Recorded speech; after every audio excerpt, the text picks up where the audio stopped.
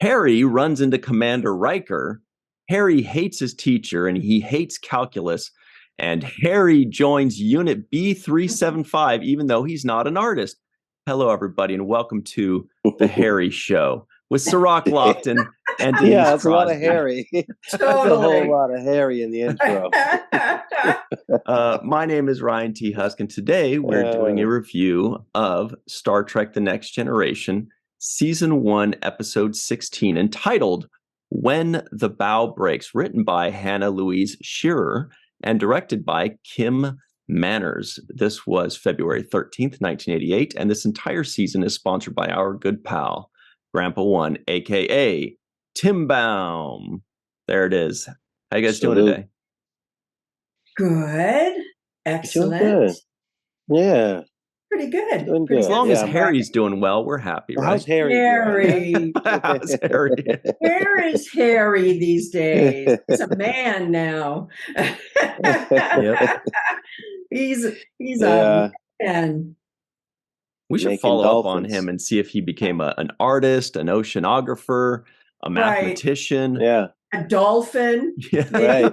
A dolphin. Yeah. He works at the aquarium. You know, you never know. Right? Yeah. Yeah.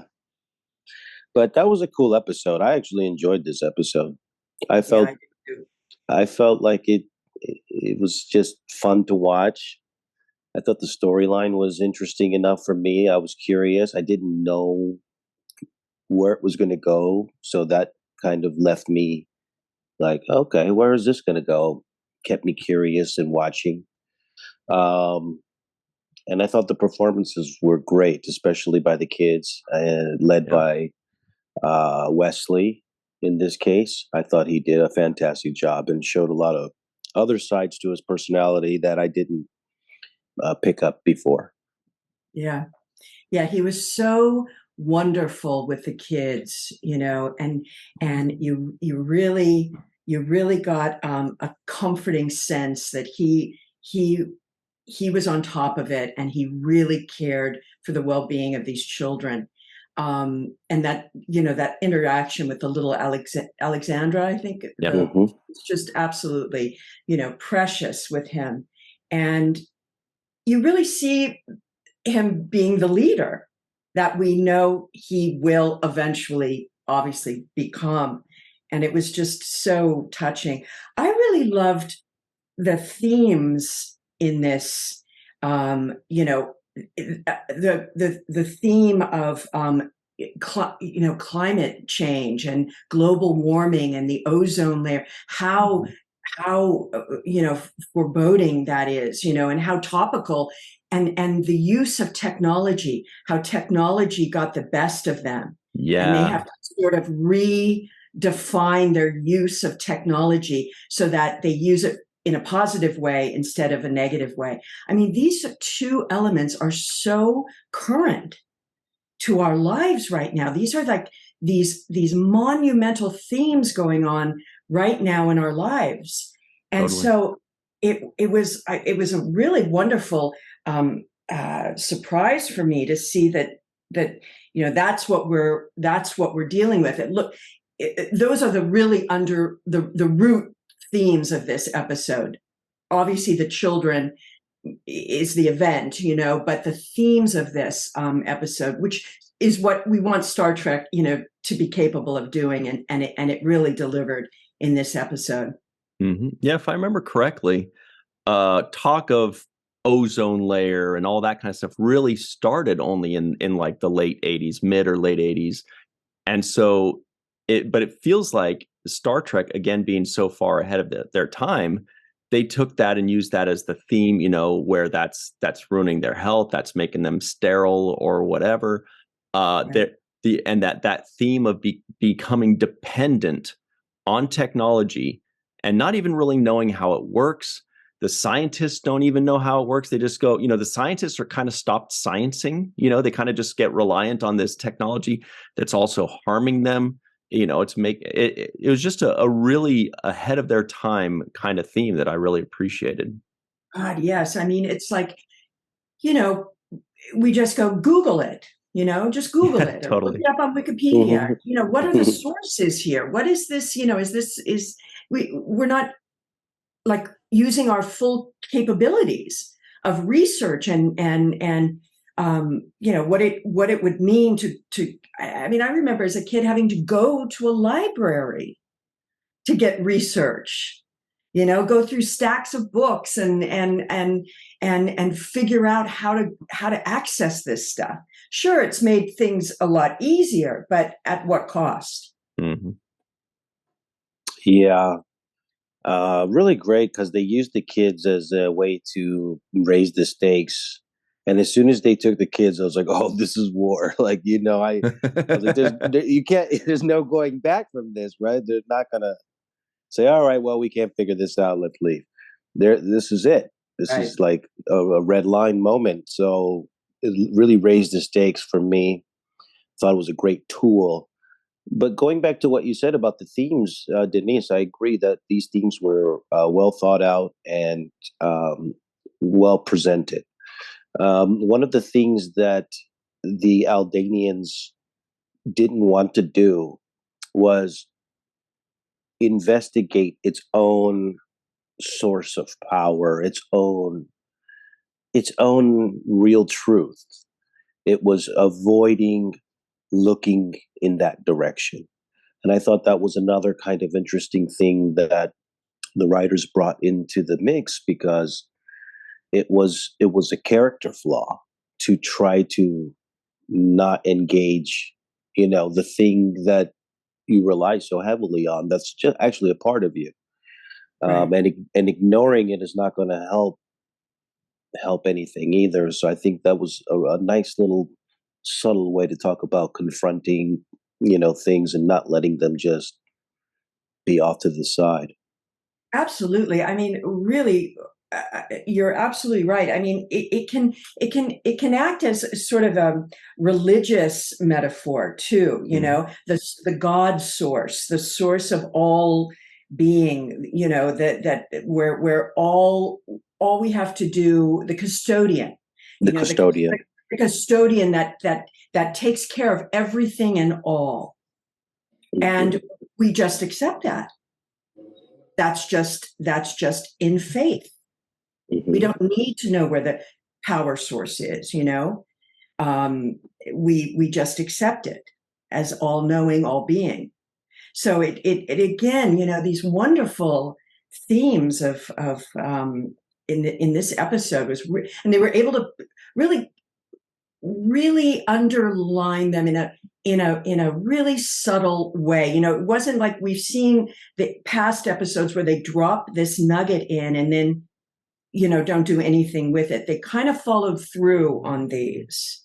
They took it to they came up with a cure or a strategy to deal with the ozone and the radiation. The shield can't be up.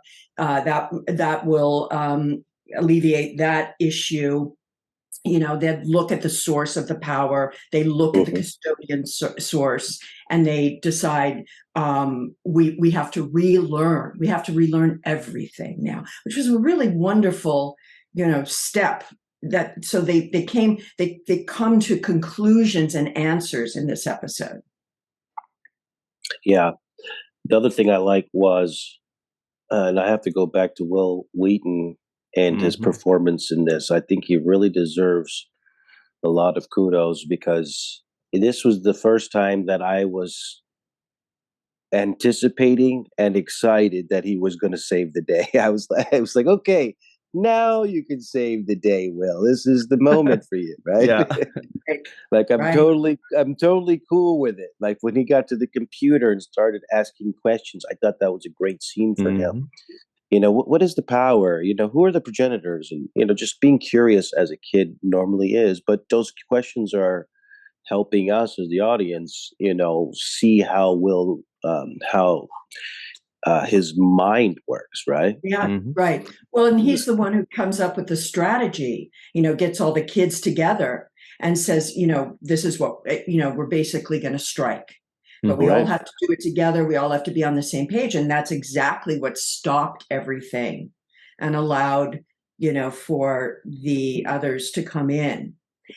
the one question I scratch my head about with this is, again, the captain sends the first officer and Data down to the planet, and I'm thinking, you got to have some security here. You're on a hostile planet. This is a threat, and they don't have phasers. Yeah. And I just thought, it just is such a glaring omission, to not have security with them. I just don't understand. It's like every time they go to an away team, Tasha or Worf or both, should be there. Yeah. Well, I could see one. I could see Worf being back on the ship. I mean, somebody be on the ship in that capacity. But if they're going, that's why it's great. You have two of us. Yeah. In perfect.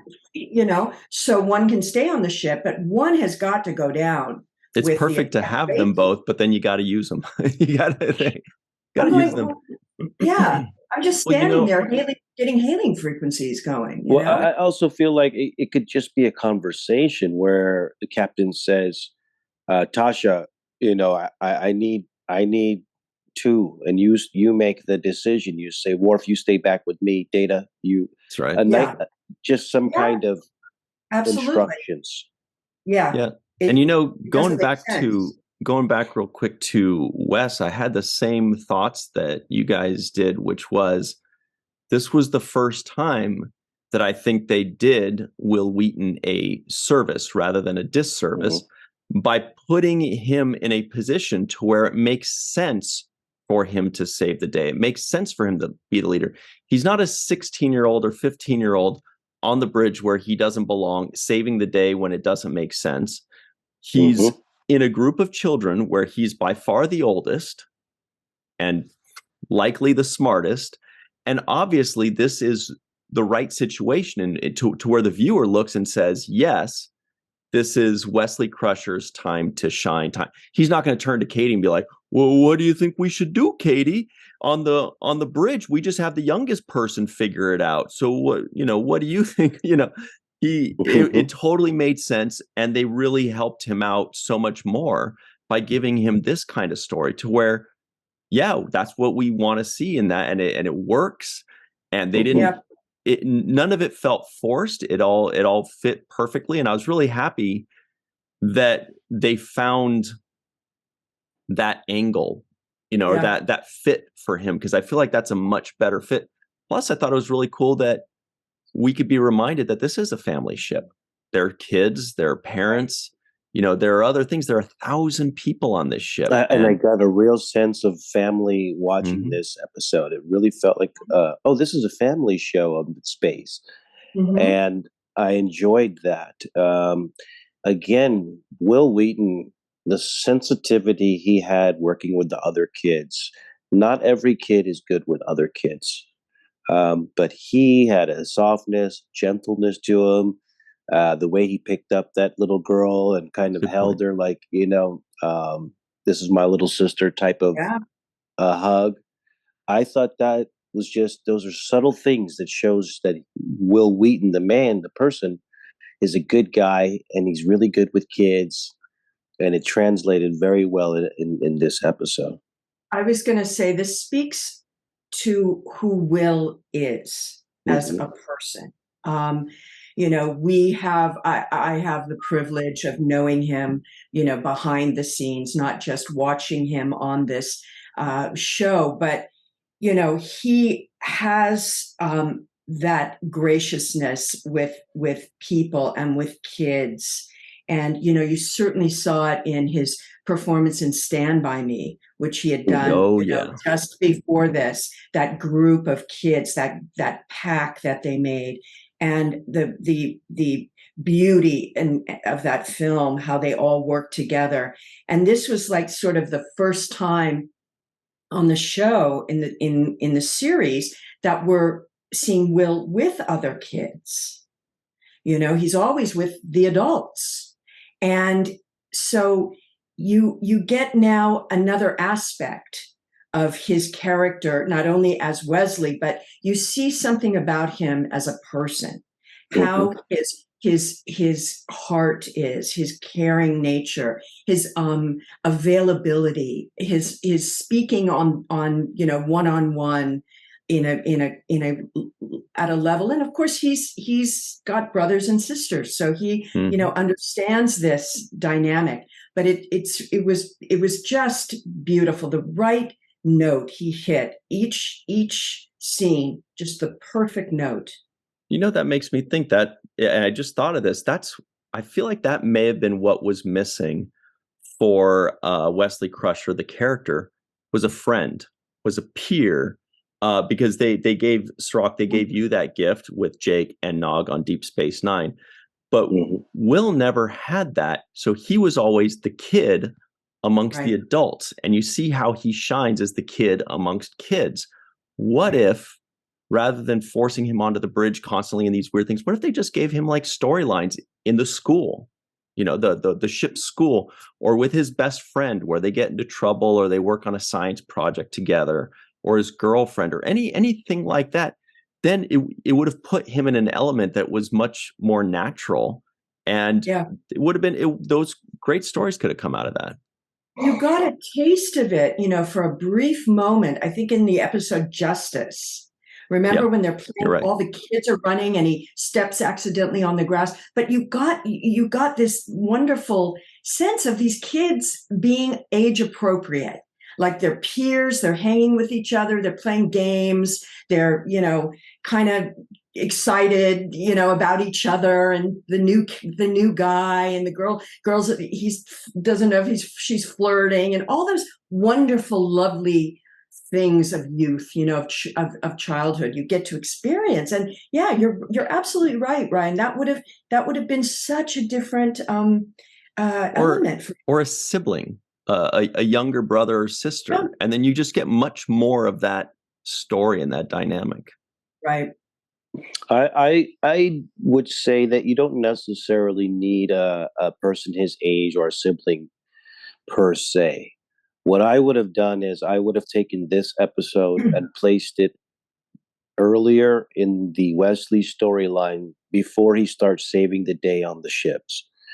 Let this kind of story build his character, show that he show him being a leader amongst the kids, and that earning his reputation to be invited on the bridge and have that kind of caveat. I also think that when you have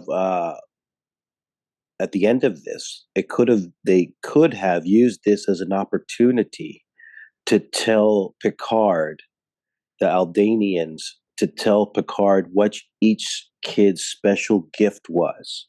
And it could have also been explained to Picard that Wesley is a specially gifted kid with leadership skills or whatnot. Then before the Traveler.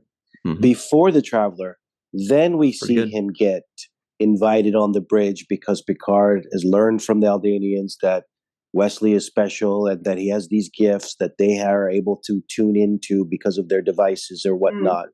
And that would elevate him going forward as being the ensign and this and that, and because they put faith in him, because they've seen him perform in this particular instance, saving these kids in hostage situation. Great point. Good. Yeah. All just, subtle change. Changes that reveals they made him so much. Hero, the too grandiose of a hero too early, without giving him some nice little, steps to climb up. Look, and without giving the audience those steps to see, show don't tell. Let's see him demonstrate his skills and his intelligence and his leadership, so that having him on the bridge we can swallow that a lot more easily, because we say, oh yeah, we saw him. He's a valuable member of the crew in his own way. Yeah, if it wasn't for him, those kids wouldn't have gotten back to those parents, and and still be making dolphins. Yeah, we owe him something, and he's proven himself when in the episode Justice. Let that follow, and then you get to the point where he's the ship savior, because he's been identified already by alien races, by his own peers, as being and by exceptional. his actions. And by his actions, you know? Mm-hmm. Yeah. Great point. But he did a great job in this episode. Yeah. Oh, And I want to say there's the thing that Wil Wheaton does, which is really great as an actor. When he's being told something in a scene, when he got on the ship, for example, the Aldanians, brought him on and they were instructing him that he was going to be the leader and he was in charge. He does this thing where he registers the information, and he does it in an eye movement. It's a very kind of looking back into his own eye kind of movement. And it's exceptional. It's really great. It means that he's processing what they're saying. It also means that he has doubt. He really registers the doubt in his head, in his facial expressions. But it's a very subtle eye movement, and I've seen him do it several times. And it's always on the close up. But he does this thing where it's like almost like when you swallow your food. It's his eyes swallowing the information, and I think it's a great skill that he has as an actor. It's a really good observation. I also noticed it in his tone of voice when he starts the next sentence after registering, right? His face tells us what his mind is going through. And then he'll go, well, and kind of like lean into, he's that tone of voice is telling you, I'm unsure about this thing, but I'm going to go through with it or whatever it is. But yeah, it's a good point. I mean, and like Denise, you were saying with Stand By Me, clearly this kid was a good actor at a young age. Yeah. And, it's great that they're giving him that opportunity to show that, especially like in what Cirroc said in close-ups. Because he's got interesting reactions and interesting, facial movements, which is not always the case with kid actors. Yeah, I absolutely. And, again, this is can be an odd tone. I mean, Stand By Me is a very naturalistic, kids doing what kids would do. This is nothing like what you can even compare anything to. I mean, he's this technological space futuristic genius boy wonder on a spaceship. It's like, okay, and yeah, I know how to play that. It's really impressive, and again, I just had such wonderful moments with Will throughout this first season, and I just always adored him, and I loved being with him whenever I could. I would visit him in his classroom that he just tricked out beyond belief. Really? So creative, so imaginative, and we always just and still do. We just adore each other. So it's all good. I was really, again, I didn't really remember this episode, and I wasn't in these scenes with him, but so it was just really fun to see him be just so right and so on spot on this one. I want to hear more about how he tricked out his classroom, but we've got to take a quick break, everybody. Maybe if Denise remembers any of that, she'll tell us on the other side. Also, some people did a little bit of investigative work on you, Denise, on some of your attire.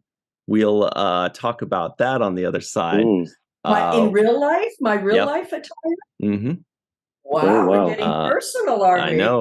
Here it comes, everybody. We'll be right back on The Seventh Rule.